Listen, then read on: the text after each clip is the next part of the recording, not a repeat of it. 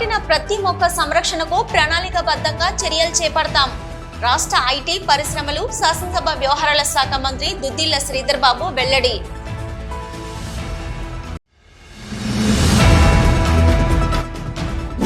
కేంద్ర ప్రభుత్వం బొగ్గు గనుల వేలం నిర్ణయాన్ని వెంటనే వెనక్కి తీసుకోవాలి. టీబీజీకేఎస్ ఆర్జీ2 ఉపాధ్యక్షుడు ఐలి శ్రీనివాస్ డిమాండ్.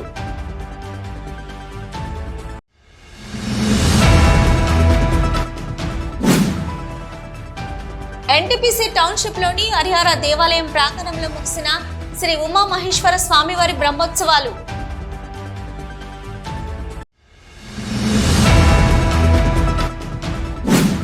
కాంగ్రెస్ ప్రభుత్వం మహిళలకు ఇచ్చిన హామీలను నెరవేర్చడంలో విఫలమైందంటూ రామగుండం తహసీల్దార్ కార్యాలయం ముందు నిరసన చేపట్టిన బీజేపీ మహిళా మోర్చా శ్రేణులు. తెలంగాణ సచివాలయంలో రాష్ట్ర ఐటీ శాఖ మంత్రి శ్రీధర్ బాబును, రామగుండం ఎమ్మెల్యే రాజ్ ఠాకూర్ ను మర్యాదపూర్వకంగా కలిసిన నోకియా జర్మనీ ప్రతినిధి బృందం.